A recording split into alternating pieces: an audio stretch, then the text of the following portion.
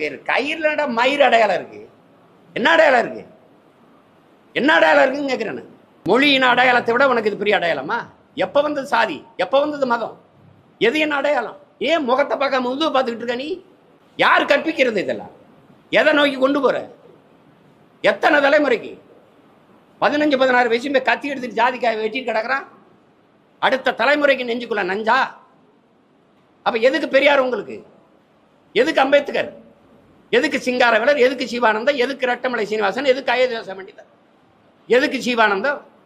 எதுக்கு காமராஜர்? எதுக்கு முத்துராமலிங்கத்தேவர்? எதுக்கு? சாதி வேணாம்னு பேர் இத்தனை பிறப்புக்கும் எல்லா உயிருக்கும் 2000 வருஷத்துக்கு முன்னாடி பாடினவன் பைத்தியக்காரன். அப்போ எல்லாரும் பாடி கிழிச்சு எல்லாரும் பாடிட்டான். யார் மேல கீறினாலும் ரத்தம் ஒண்ணுதான். ஆக மொத்தம் நீ நானும் 10 மாறினார். கடைசி எங்க தாத்தனும் பாடிட்டான் பட்டுக்கோட்டை. முன்பு புத்தர் வந்தார், பிறகு இயேசு வந்தார், அப்புறம் காந்தி வந்தார்.